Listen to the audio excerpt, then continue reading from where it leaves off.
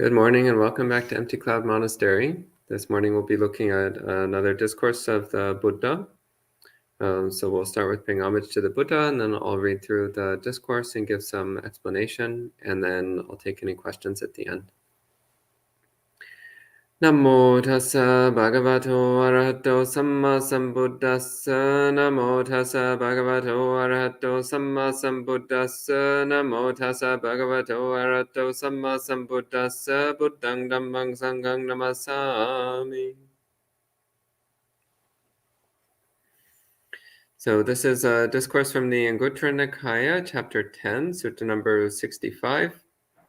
So a very short discourse. This one is with Venerable Sariputta. So the discourse begins. It says, at one time, Venerable Sariputta was staying in the land of the Magadhans near the village of Nalaka. Then the wanderer Samandikani went up to Venerable Sariputta and exchanged greetings with him. So just a reminder that the word translated here as wanderer is paribhajika, which while paribhajika literally does mean wanderer, person who wanders around, it usually has the specific sense of a spiritual practitioner. So a wandering spiritual practitioner, or wandering contemplative of some sort. Again, the wanderer Samandikani went to Venerable Sariputta and exchanged greetings with him. When the greetings and polite conversation were over, Samandikani sat down to one side and said to Sariputta, Venerable Sariputta, what is happiness and what is suffering? So what is sukha and what is dukkha? So sukha is translated here as happiness and dukkha is suffering. Could also be translated as what is pleasure and what is pain. So what is sukha and what is dukkha? What is pleasure and what is pain? What is happiness and what is suffering? And Sariputta replies, he says, Venerable, rebirth is suffering, no rebirth is happiness. Or to put that differently, rebirth is pain, non-rebirth is pleasure. So rebirth is suffering, non-rebirth is happiness. And he continues, he says, when there is rebirth, you can expect this kind of suffering. Cold, heat, hunger, thirst, defecation and urination, contact with fire, clubs and knives, relatives and friends get together and annoy you.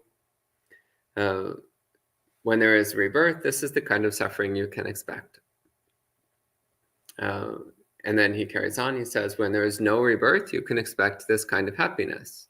No cold, heat, hunger, thirst, defecation, or urination, no contact with fire, clubs, or knives, and relatives and friends don't come together and annoy you. When there is no rebirth, this is the kind of happiness you can expect. So a very short discourse, which is a reminder that ultimately Buddhism is about ending the cycle of rebirth. So it's about recognizing that, first off, that all of us are currently caught in the cycles of continued existence of the death and rebirth, cycles of ongoing states of confusion, of misery, of torment. We're constantly progressing through this causal sequence, this causal chain of a moment in which we're experiencing the consequences of our past choices, and we're also making new choices, which then lead to the next moment of experience. So this constant chain of moments linked together by causality, by choice and consequence. And all of it is affected by ignorance and delusion. From the fundamental root delusion of self-existence, of self-identity. Then we have the specific manifestations of delusion, which are greed and hatred, so desire and aversion. And so based upon desire and aversion, within the confusing shroud of delusion, then we make choices that lead to more states of suffering, more states of confusion and torment. And the cycle continues. So it's this constant cycle of painful states of existence characterized by confusion, characterized by delusion, characterized by painful and difficult to control urges based on desire and aversion. So when we talk about the cycle of rebirth, this is what we're talking about. We're not just talking about the death of a physical body and birth into a new physical body, but we're also talking about this ongoing cycle of states of discomfort and unease characterized by desire and delusion. And this has been going on without discoverable beginning. So countless millions of lifetimes before this one, where we've been going through exactly the same thing we're going through in this life. So based upon delusion, we act on our desires and aversions and experience the consequences. And the consequences are more states of existence characterized by delusion and suffering.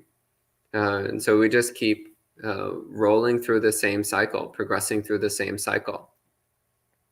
Actually, the word that's translated in the sutta as rebirth is abhinibbati, which comes from the verb vattati, which has both the sense of moving on, moving forward, and also the sense of going in circles. So I was saying that it's actually quite a cute word to use to talk about the cycle of rebirth, because it has both the sense of constant movement and also the sense of going in circles. So we're constantly moving in the sense that we're always making choices and experiencing the results of our choices, and then making more choices and seeing the results of those choices.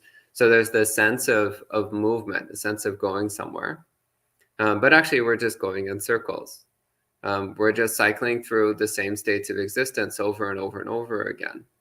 And those states of existence they're all characterized by delusion. They're all characterized by a lack of understanding. They're all characterized by groping blindly in the dark, trying to find a happy life, but constantly producing the causes of suffering. So in pursuing happiness, we're constantly creating the conditions for more unhappiness. We're constantly creating the conditions to strengthen our desire and delusion instead of eliminate it. So this keeps us just stumbling forward through the dark, running around in circles in the dark, which is ultimately what the cycle of rebirth is. It's just this seemingly endless cycle of running blindly in the dark, of running through the misery and darkness of confusion. Until every now and then we get access to spiritual teachings that lead to awakening, and we have the opportunity to start cultivating wisdom, the opportunity to start clearly seeing the reality of our experience, and to recognize how we can make choices which lead to the diminishing of suffering and the increase of wisdom, the increase of happiness based on wisdom. And with sufficient practice, that can eventually lead to the ending of the cycle of rebirth, ending of this ongoing cycle of delusion and desire, this ongoing cycle of confused torment. And so this is the point that's being made in this sutta. It's emphasizing that as long as we're caught in delusion and desire, then we'll continue to create painful conditions for ourselves. We'll continue to create circumstances in which we experience pain, misery, torment, and suffering. But once we start to clearly see with wisdom the reality of our situation, the reality of causality, then we can start making the choices that lead to the relinquishing of desire and delusion, the relinquishing of the causes of suffering. And then naturally the mind starts to settle into a state of happiness, a state of serenity. So that's the end of this sutta. So again, a very short and straightforward discourse, so we can respect the sutta with 3 sadhus, and then I'll see if there's any questions. Sadhu, sadhu, sadhu. And hello to the people joining in online. Hello to Manal, Bhumika, Molika, Nico, Andrew, Christina, Luisa, Rebecca, Isabel, Yankee, Marielle, Richard, Maria, Jayanta, and everyone else who's watching. Good to see all of you. And I see a couple of questions here. So let's see. Rebecca says, can our actions be called choices if they are based on delusion and craving? A lot of the time, we don't have enough true information to actually make a real choice. Bad news, Rebecca. Yes, your actions are still choices, even if they're based on delusion and craving. The reality is that every person who is not fully awakened, their choices are based on delusion and craving. So, and that still has an effect. Think of it as like if you're in a pitch dark room, like the lights are off, and you're going around moving objects and picking things up and putting things down and breaking some things, and then you turn the lights on. Well, all those choices you made while the lights were off, those choices still stand, don't they? The consequences are still there. If you're going through a dark room and you break something, then when you turn the lights on, it's still broken. The consequences are still there. So it's the same. Yes, we make choices shrouded by delusion. Those choices still have consequences. The consequences are not mitigated by the fact that we're under the state of delusion. So yeah, often we don't have enough information to make a real choice. That's true. You do the best you can with the information that you have, but you also try to increase your access to information. So you try to make informed decisions. You try to gather enough knowledge and information and wisdom in order to make good choices. Actually, knowing that you lack sufficient information and not making any effort to learn enough to make a wise choice is also a decision. So the decision to act blindly when you know you have the opportunity to be less blind, that's recklessness. And that's another aspect of bad karma. Doing something recklessly when you could be doing it more carefully and with better information, that's an act of bad karma. So that's also something to watch out for. So yeah, I mean, it is true. It is true that delusion and lack of information weakens our ability to make beneficial choices. But one, we still have to make choices and deal with the consequences. And two, if we feel that we lack sufficient information, then we should make an effort to learn more. And if we just don't have the ability to gather more information, then you just do the best you can with what's available. So rooting yourself firmly in the intention to do good, the intention to not cause harm, and you do the best you can with the information that's available. And Andrew says, if we could all remember our past lives, we might finally understand the ongoing dukkha of samsara and the sukha of nibbana. I mean, it might help, but in reality, you just need to remember this life. Most people, this life is already full of plenty of dukkha. And actually, if we look realistically at even the past few years of our life, usually we'll see there's more than enough evidence there to understand the painfulness of following desire and aversion, the happiness of equanimity and loving kindness. Like it's already there. It's already visible in this life. It's just a matter of being willing to face it and acknowledge it. And actually, there's a couple places in the suttas where the Buddha also points out that even being able to remember past lives doesn't necessarily mean that someone will develop wisdom. Someone can remember a few past lives and still come to the wrong conclusions. So the memory of past lives doesn't necessarily guarantee that someone will practice correctly. Doesn't necessarily guarantee that that person will have a wise understanding of the cycle of cause and consequence. So it's more about paying attention to what is available and observing causality, observing the choices and consequences of those choices. And we constantly try to make wholesome choices that bring benefit to ourselves and others. And Nico says, could you talk a little bit about Buddhist definitions of piti and sukha? Well, piti and sukha would be more relevant to discussions about jhana, about samadhi, so concentration practice during meditation. And Nico says, happiness as we define them in our society does not seem the same. I'm actually not really sure how happiness is defined in society.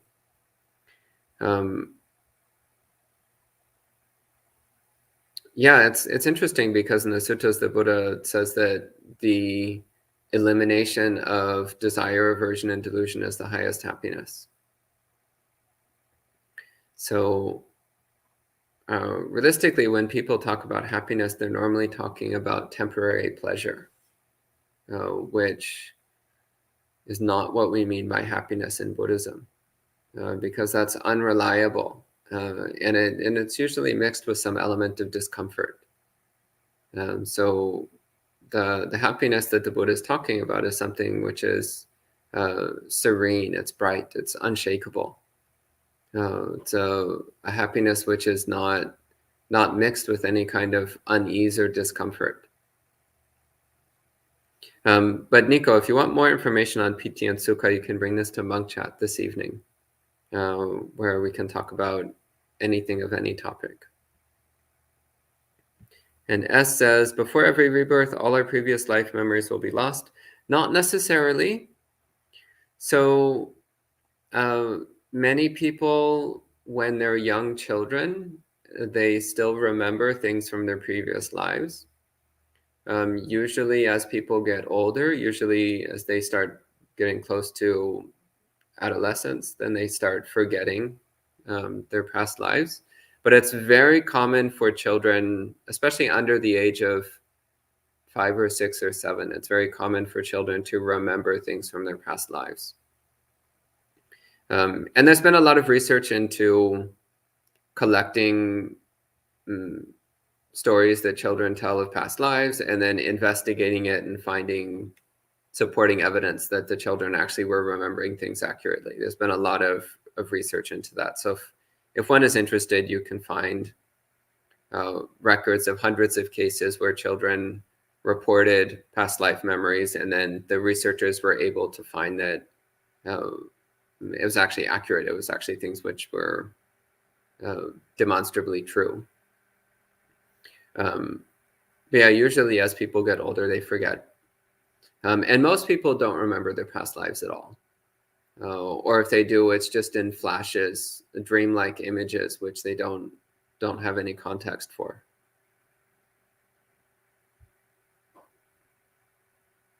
And Bayalion has a question about remorse and restlessness, which is a good question, but off the topic of the sutta.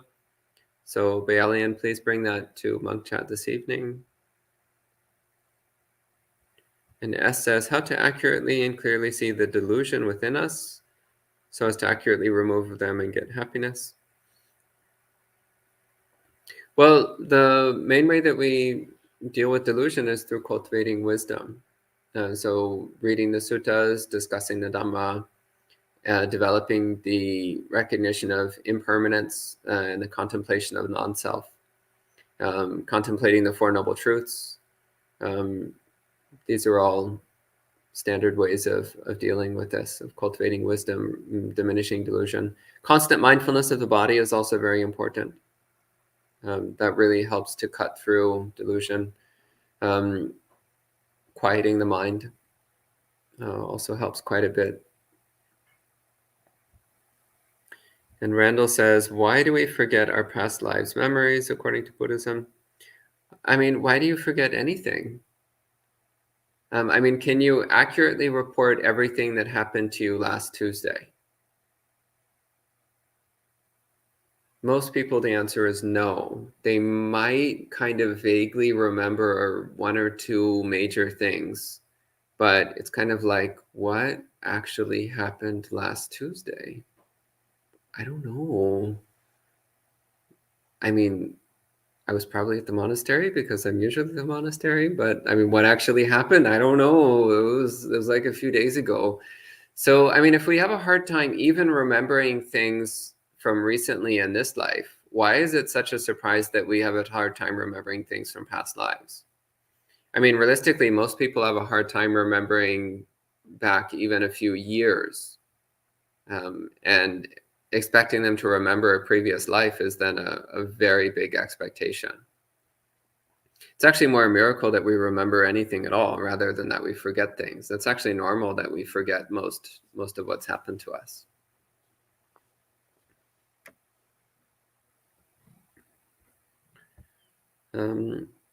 Nico says, can happiness be more characterized as tranquility? I would say that tranquility is an aspect of happiness, but it really depends on what you mean by the word happiness. So I think, Nico, the issue here is that you need to define what you mean by happiness.